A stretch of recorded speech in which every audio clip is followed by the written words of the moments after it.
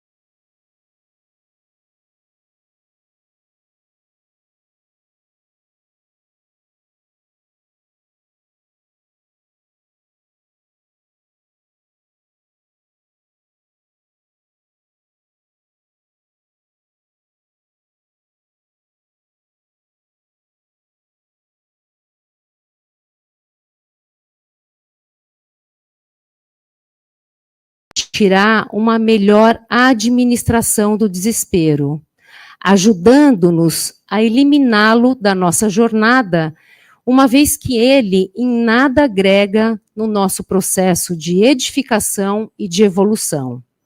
Ao contrário, desespero somente torna o fardo ainda mais pesado.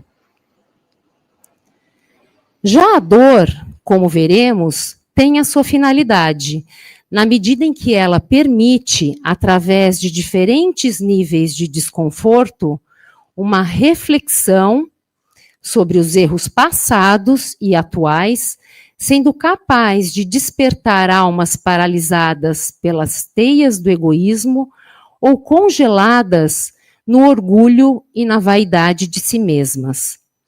Esse despertar é capaz de se firmar e de florescer, evoluindo para um desejo salutar de mudança de rota, de revisão de valores e de readequação de comportamentos. Paulatinamente, o indivíduo vai deixando para trás aquilo que não mais lhe convém e passa a percorrer cada uma das etapas de depuração das faltas e de suas consequências sistematizadas por Kardec: o arrependimento, a expiação e, finalmente, a reparação. Passadas essas etapas, que demandam vontade verdadeira e bastante empenho, o sujeito estará apto para recomeçar em novas bases, amparado agora por alicerces mais sólidos, trazendo também limpeza e pureza de coração. Tudo ao seu tempo e de maneira gradual. A reparação e o recomeço, por sua vez, permitem um salto qualitativo do ponto de vista moral. Partindo-se, então, do enfrentamento das vicissitudes que a vida corpórea oferece, com nuances de dor, acréscimos de sofrimento e de toda a gama de desafios que se impõem, o homem vai se purificando até atingir a perfeição. Perfeição, por sinal, tão almejada por todos nós, uma vez que ela, e somente ela, será capaz de nos trazer a verdadeira felicidade.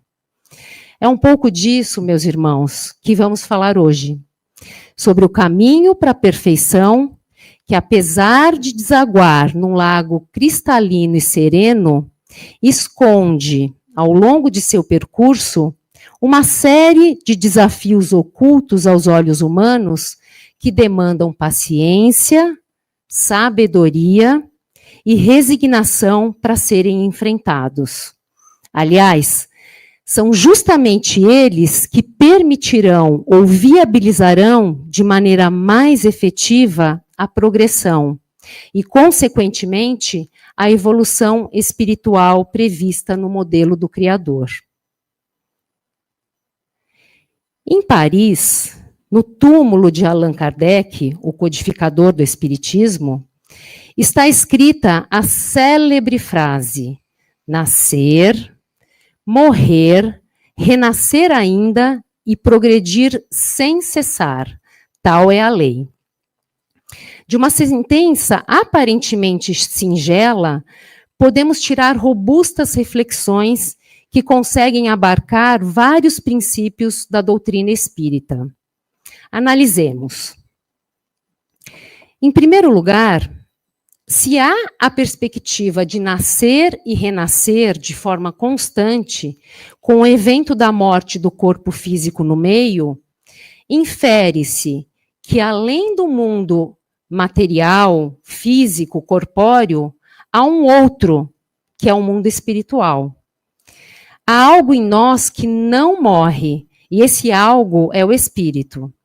Assim, a frase está nos falando sobre o conceito de imortalidade do ser espiritual que somos, que, vez por outra, retorna à matéria.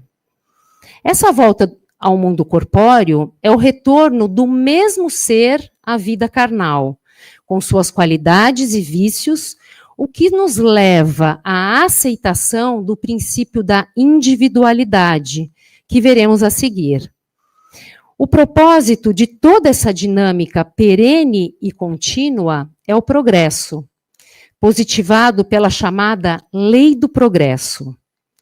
Ela nos traz a ideia de movimento, fazendo-nos vislumbrar um cenário em que se parte de uma posição mais simples ou mais rudimentar e se avança para outros patamares mais qualificados com agregação de conteúdo a cada uma das etapas.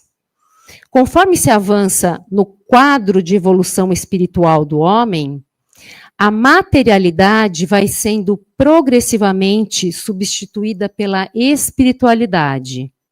A influência da lei de causa e efeito pela influência da lei do amor.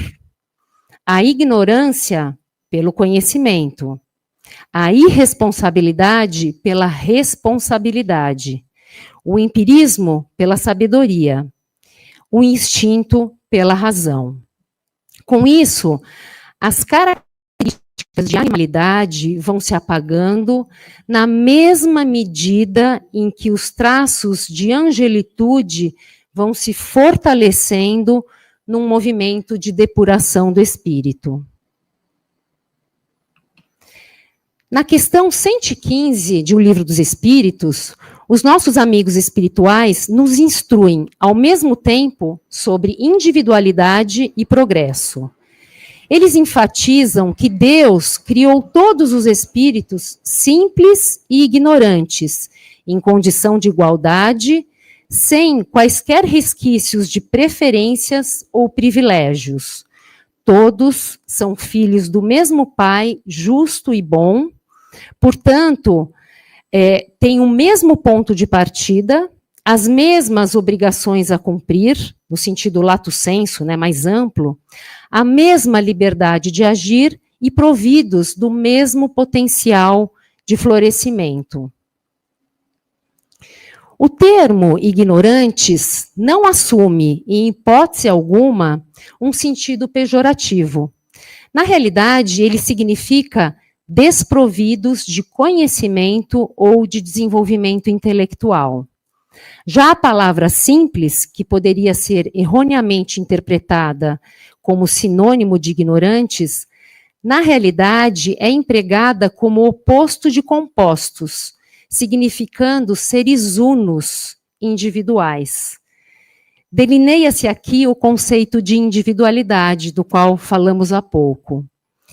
Algumas religiões espiritualistas e reencarnacionistas negam o eu eterno, acreditando que os seres, ao morrerem e renascerem, abandonam a consciência do que foram, ou seja, perdem as suas características individuais.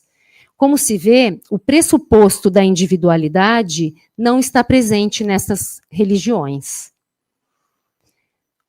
O Espiritismo, por outro lado, até entende que o espírito, ou o princípio inteligente, tenha estagiado nos 3 reinos da natureza, categorizados por Kardec com suas zonas intermediárias. O reino dos seres inanimados, constituídos somente de matéria, sem vitalidade nem inteligência.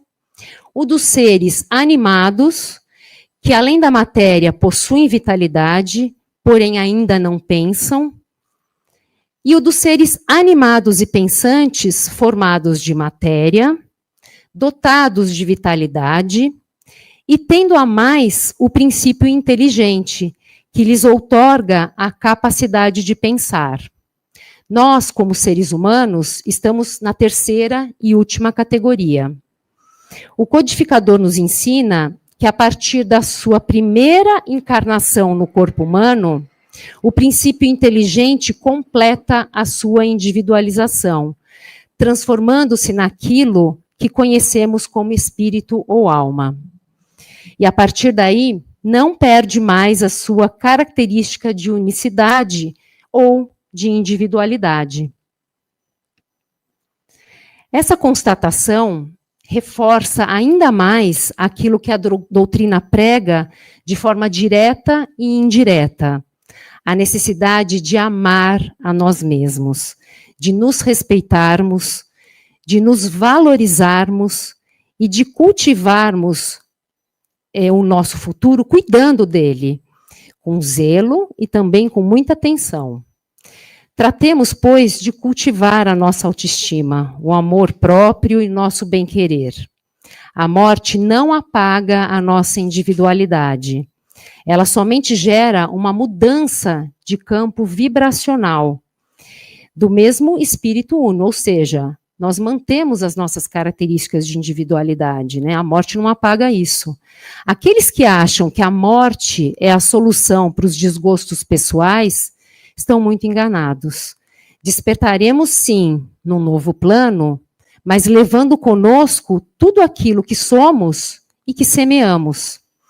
Assim, como desdobramento, não devemos conduzir a atual encarnação como se ela fosse um rascunho despropositado. Ao contrário, ela precisa ser entendida como um projeto para uma construção maior, de longo prazo. Ainda que esse projeto esteja sujeito a infindáveis e necessárias, diga-se de passagem, correções de cálculos e de ângulos. Na mesma questão 115, Os espíritos nos ensinam que Deus permitiu missões específicas a cada um de nós, com a finalidade de esclarecer os homens e de fazê-los chegar progressivamente à perfeição. Através do conhecimento da verdade, essa perfeição nos fará chegar mais perto do Criador, dando-nos, no final da jornada, a felicidade pura e eterna. Os benfeitores colocam ainda que somente passando pelas provas identificadas e selecionadas através de um processo minucioso é que os espíritos irão adquirir o mencionado conhecimento. Isso significa dizer que as provas são parte da trajetória que levará ao ponto mais alto e mais gratificante da existência espiritual. Na questão seguinte, a de número 116, de O Livro dos Espíritos, traz-se a ideia de obrigatoriedade. Ninguém escapa à lei do progresso, pois ela é lei universal, natural, divina, vinculando todas as coisas e seres criados por Deus. Miramês, no livro Filosofia Espírita, nos informa que mesmo que se queira, ninguém poderá estacionar no processo de despertamento. Diz ele, a marcha pode ser lenta, entretanto, sempre estamos subindo e ganhando a libertação. Os próprios desvios que sofremos por ignorância nos mostram que devemos modificar nossas atitudes e procurar compreender as leis do Senhor. O destino das almas é a luz que se liberta de toda ignorância. Assim, não existe regressão, tampouco paralisação eterna no desenvolvimento espiritual. A lei é avançar e progredir. Lembram do progredir sem cessar? A frase do túmulo de Kardec? Pois então, como sabemos, de cor, com certeza todo mundo já escutou essa frase em algum momento, Deus é a inteligência suprema, a causa primária de todas as coisas, conforme pontua a questão de número 1 de O Livro dos Espíritos. Ele é a inteligência, com letra maiúscula, o substantivo.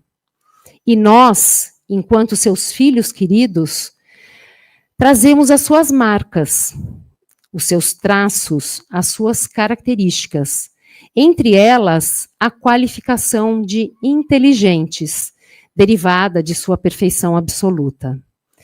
Mas a perfeição em nós ainda não está consolidada. Ela precisa ser alcançada com esforço e provação, como vimos.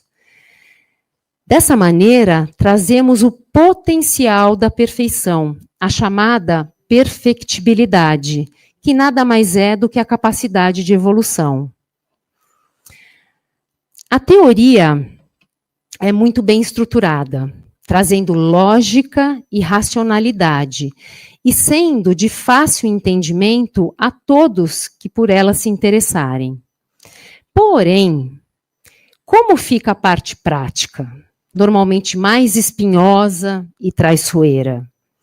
Como passar pelas provas sem sucumbir? Como enfrentar as dificuldades, os desafios infindáveis que a vida material oferece, resistindo às fortes tempestades até se chegar à calmaria e à bonança? Primeiro, entendendo que provas são oportunidades de crescimento e não punições. Depois, compreendendo à luz da doutrina espírita, e em particular da imortalidade da alma, que muitas vezes os desafios que estamos passando não são da vida, mas da encarnação presente. E, finalmente, que não estamos sós nesta jornada. Vamos avaliar melhor cada um desses pontos. Os desafios da vida corpórea, ou as chamadas provas, permitirão ao espírito vivenciar a teoria aprendida na erraticidade. É bem verdade que os espíritos evoluem na erraticidade, porém, é na essência carnal que eles colocarão em prática os ensinamentos adquiridos. Comentando a questão 230 de O Livro dos Espíritos, Miramês nos diz que a carne é uma escola grandiosa, onde aprendemos com os recursos dos problemas, da dor, dos infortúnios e do calvário. Um calvário que está sempre a despertar os nossos valores, ajudando-nos no processo de libertação das paixões perniciosas. Ele explica que é difícil ao espírito envolvido em fortes paixões livrar-se delas no mundo espiritual, em que os embates são bem mais suaves. Por outro lado, o ambiente mais agressivo da Terra, permeado pela dor e pelo desconforto, facilita e propicia reflexões, bem como movimentos conscientes de mudança, capazes de quebrar a inércia, instalada e solidificada no conformismo dos vícios e dos excessos. Assim, é nesse sentido que se diz que a Terra é o planeta escola bendito. Embora a evolução seja individual, é através do convívio social, seja da família, nos grupos de trabalho ou em outros grupamentos, que o indivíduo encontrará as condições para o seu progresso. Os relacionamentos humanos são primordiais e são fontes muito grandes e extensas de aprendizado. Delfina Desjardins, no capítulo 5 do Evangelho segundo o Espiritismo, ensina que aquilo que nos parece mais amargo é, em verdade, o que nos faz crescer, o nosso remédio, e vice-versa. Nesse sentido, e de forma recorrente, os homens consideram desgraças os infortúnios que passam na vida material, quando, na realidade, estão somente analisando o curto prazo, o espaço de uma encarnação, sem avaliar as consequências benéficas futuras daqueles pesares.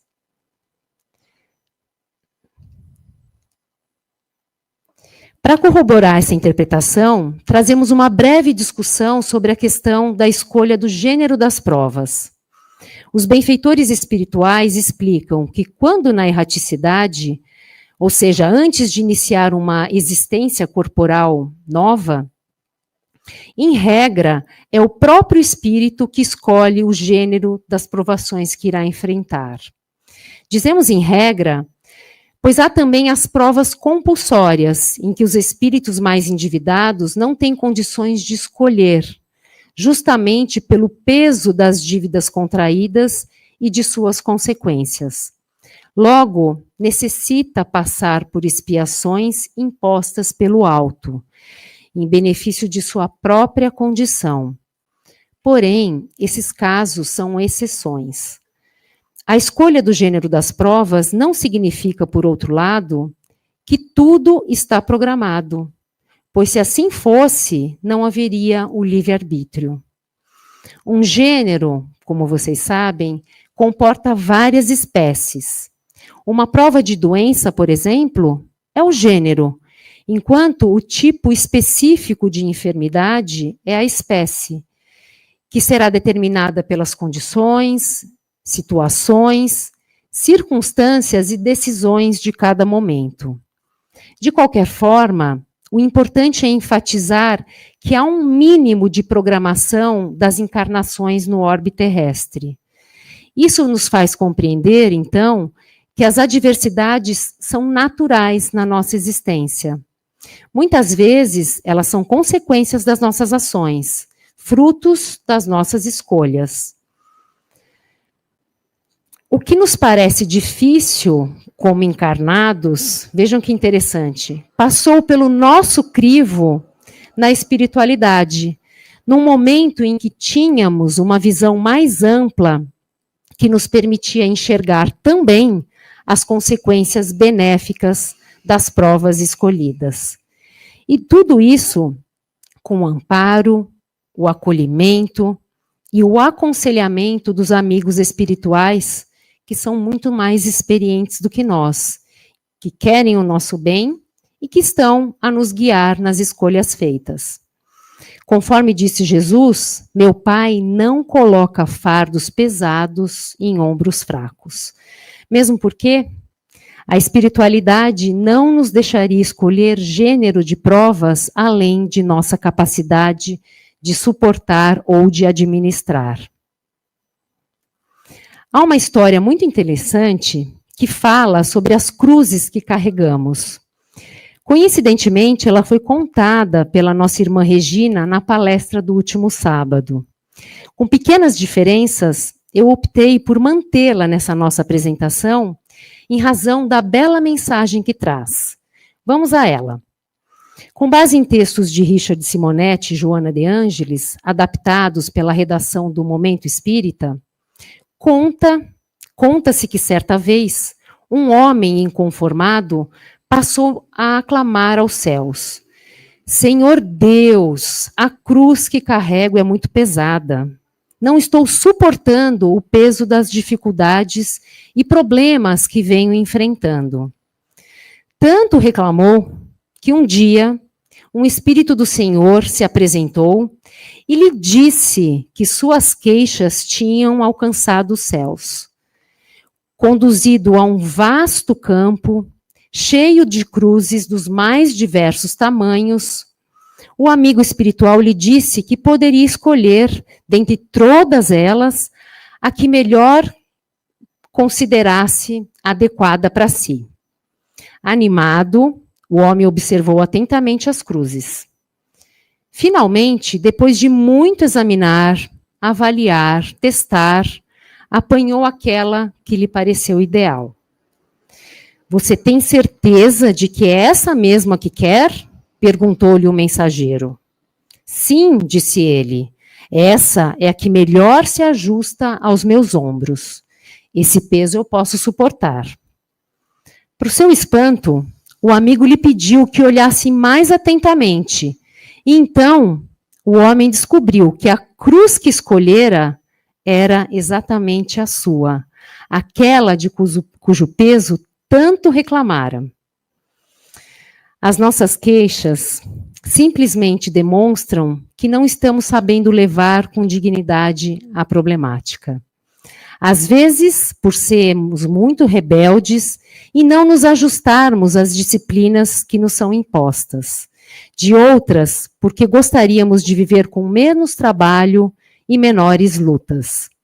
A vida nos situa exatamente onde devemos estar. Todas as condições necessárias ao nosso aprendizado nos são apresentadas. O que nos compete, vejam bem, é colocar uma almofada entre a cruz e os ombros. Uma almofada feita de virtudes cristãs. Quando nos dispomos a servir, a amar, perdoar, compreender, o peso das nossas dificuldades pode diminuir. A dificuldade é teste de resistência, é oportunidade de combate. Aprendamos a transformá-la em oportunidades de trabalho e de serviço. Quando tudo estiver difícil e escuro, recordemos que, além das nuvens pesadas, o sol está sempre a brilhar. Chico Xavier nos disse que estamos no lugar certo, na hora certa, com as pessoas certas e nas condições certas. Temos tudo o que precisamos para fazer o nosso melhor e realizar aquilo que foi planejado para o nosso aprimoramento. Diz ele que o destino está nas nossas mãos e que, portanto, não cabe reclamações, tampouco se colocar no papel de vítima. Se tudo isso não for suficiente, ou seja, se tropeçarmos na caminhada, ou se o véu do esquecimento nos fizer duvidar das nossas escolhas pregressas, fazendo brotar a angústia e o desespero em nossos corações, ainda assim podemos contar com o amparo do Pai Maior. E sempre, pois não estamos e nunca estivemos sozinhos, como já falamos. Deus nos dá força para enfrentarmos os nossos desafios existenciais. Orar nos dá coragem, esperança e o discernimento necessário para seguirmos com as nossas provas, com os nossos desafios existenciais. Jesus, como seu Filho, nos chama para confiarmos no seu supremo amparo. Disse ele: vinde a mim, vós que estáis aflitos sobre o fardo, e eu vos aliviarei. Dessa forma, meus amigos, eu finalizo com uma questão para refletirmos. Vamos todos juntos. Se somos seres espirituais, que escolhemos o gênero das nossas provas com o auxílio da espiritualidade amiga, que temos também o amor e o amparo de Deus e de nosso mentor individual, que temos a certeza de que as provas não estão além de nossas capacidades, que há um planejamento prévio das provações a passar, e que os desafios são parte natural do processo de crescimento, pautado pela lei de progresso que nos leva à perfeição e à felicidade genuína? Qual o motivo das angústias, do desespero, das aflições e do medo? Façamos a nossa parte, confiando, trabalhando e espelhando diariamente o Evangelho de Jesus em nossas vidas.